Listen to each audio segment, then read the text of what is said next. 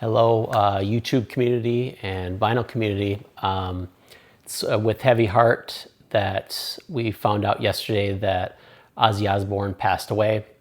I know there's been a lot of tributes for him so far, and a lot of people talking about what he meant to them, what he meant to heavy metal, what he was for Black Sabbath. He truly was an icon. He was a legend. He was so many things. The question I'm posing here is it okay to profit when a legend dies? So when we have somebody who is larger than life, is it okay to profit? As soon as they die, is it okay to profit from their works of art, from their music, from their career, from their legacy? And it's a sticky subject. It's a hot point. And I don't know exactly where I fall on it because I have several Black Sabbath original albums. I've got several Ozzy Osbourne solo originals that are definitely creeping up in value now that he's passed away. But I also really, really loved Ozzy, and he's always been somebody who I thought was amazing. I only got to see him once in concert. I saw him in 1998 at Ozfest, where he was obviously headlining, and I really thought that was amazing. Would have loved to have seen him with Black Sabbath, but I'm a little too young for that. So here's what I'm going to pose. One of the albums that I don't have from Ozzy Osbourne from a solo career that I really, really wanted was his 1991 album, No More Tears. And that one is when they were phasing vinyl out. So it goes for quite a bit of money. I think it averages around $225 in that neighborhood. And it's a great album. And it's the one that I'm closest to because that's the first album I listened to. I remember, I think I was in Boy Scouts actually, and we took a trip out to Colorado. And I remember listening to that kind of over and over in the van as we headed our way west. I think the other album we were listening to, I don't know why, but was Ice-T's Body Count. Very drastically different albums. But anyways, so I've always wanted that album. I've got most of his other solo albums, but it's been so hard for me to find an original of that. And I've searched for probably 15 plus years. And I finally just about 4 days ago, which is very strange because he just passed yesterday. But last Friday, I purchased off of eBay, I purchased an original No More Tears from a seller down in Australia. So it is headed my way. And I will send you an update once I get that to show you how it looks and everything. I paid, with shipping and everything, I think somewhere around $158, $160. And I'm fine with that price, especially with the median price or average price being around $225. So the thing that bothers me now, though, is if you go onto eBay now and you look, there are sellers that are trying to sell that album for $1,500. So 2 days ago, they wouldn't be trying to sell it for $1,500, but now since he passed away, they are. And we live in a free market.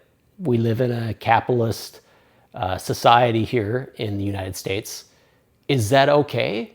Or is that wrong? Is it okay to be a merchant of death if you're not, if you don't work at a funeral home? I don't know. I don't have the answers. Something about it feels real icky to me. So even if I do have these albums, I'm probably not going to part with them just to make a quick cash grab, a la, scalper. So I'm going to show you a couple of other of his albums. His first solo album here. This is a great one, right? Blizzard of Oz. A lot of people say this is his very best. And I would agree. I think Blizzard of Oz, No More Tears, and Diary of a Madman are probably my three favorite of his solo albums. But right now, this album, there are people on eBay trying to sell this for $350. And I just picked up a copy earlier this month for $19. So I don't know. Again, I don't know how to feel about that. And I'm curious what you guys think about that. There's also a signed copy on there as well. Same album, but it's signed, that somebody's trying to sell for $1,000. So, and I mean, is it a legit signature? I don't know, but that's a lot of money for an album. So, and I'll say that I think that it bothers me more than it doesn't, right? So, especially when it's a legend or an icon or somebody that is really close to you. So now if it's an artist that you didn't connect with or that you didn't collect their catalog, maybe it's not as big of a deal. But I'll show you a few of the other albums that I have that are just, like I said, here's Diary of a Madman. It's a nice copy, clean original in the shrink. I don't know, I know what a few days ago what it was worth. I don't know what it's worth on the open market right now. It doesn't really matter to me, I guess, because I'm going to keep it and it's important to me. But it's one of those things, that every time an artist passes away, a big artist, that this is something that we're constantly seeing and that we're dealing with. And I guess to me, it's a lot like the scalping tickets or when a new album comes out right away and people buy up all the stock and then they want to charge exorbitant prices for what they're sitting on, right? And I know that a lot of it has to do with supply and demand and scarcity. In this case, it has to do with someone's death. But even the Black Sabbath albums. So this is an original UK here, Paranoid. And just the US pressings. This is, like I said, this is UK, but a US pressings on eBay right now. I've seen prices for $300. I've seen prices for $200. So it's craziness. Same with Master of Reality. It's the UK press. It's the thick box, which is really hard to find because it's always crushed. This one's on Vertigo. And again, eBay. I just saw somebody trying to sell this for $800 and buy it now for $800 for the UK pressing. For the US pressings, I've seen $250 and I've seen $400, which is outrageous. And the same goes for Volume 4. I mean, the first 4 albums are the big albums. This is, again, on Vertigo. This is original Vertigo, Peckham.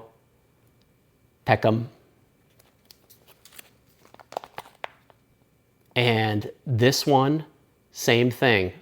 I've seen UK eBay $500 when the median price on Discogs is $150. Seen US pressings on eBay right now for $250.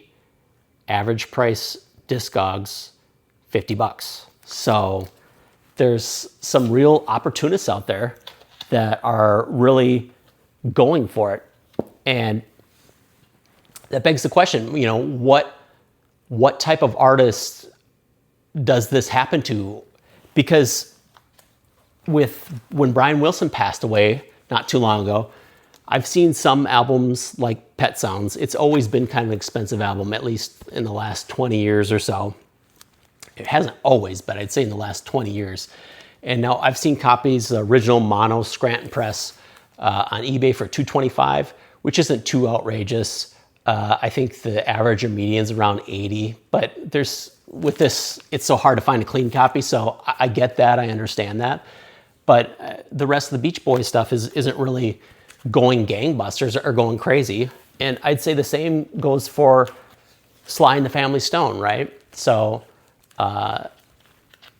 Sly or Sylvester Stone just passed away right around when Brian Wilson died.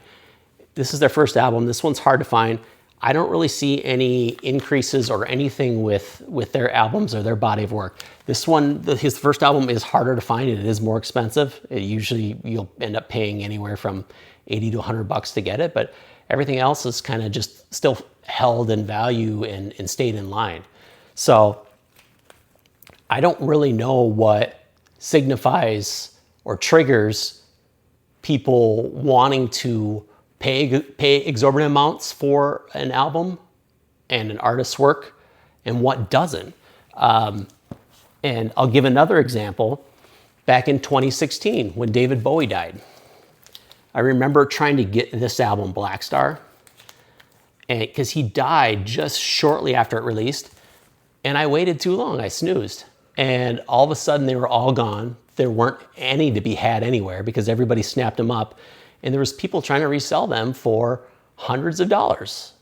And I waited until they finally repressed it and I got my hands on it. But it's so annoying if you're a fan of the artist and you really enjoy their work and they mean a lot to you, and somebody comes around and decides that they're going to be a merchant of death, right? They're going to make money off of an artist's body of work, and especially after they've just recently passed away. I don't know, it puts a real sour taste in my mouth. So the last one that I'm going to talk about that happened 2 years ago in 2023 is Jimmy Buffett. When he passed away, his greatest hits album was going for over $50. Some people were spending up to towards $100 for his greatest hits album, which is a really common album. This one here, not as common. This is his first album called Down to Earth. It's on the Barnaby label, and I really like this album. It's really different than anything else that he did. It's more in a country, folksy vein, but this album has traditionally been around $100. I saw people paying $500 to $800 for this album after he passed away. So this has always been something that I've wondered about, I've been curious about, and I'm just curious what you guys all think out there. Is it okay to profit when a legend or an icon dies off of their body of work? Or is it wrong? Is it not in good taste? I want you to tell me and let me know. I want a conversation about this. So until next time, we'll see you later and be well. Bye.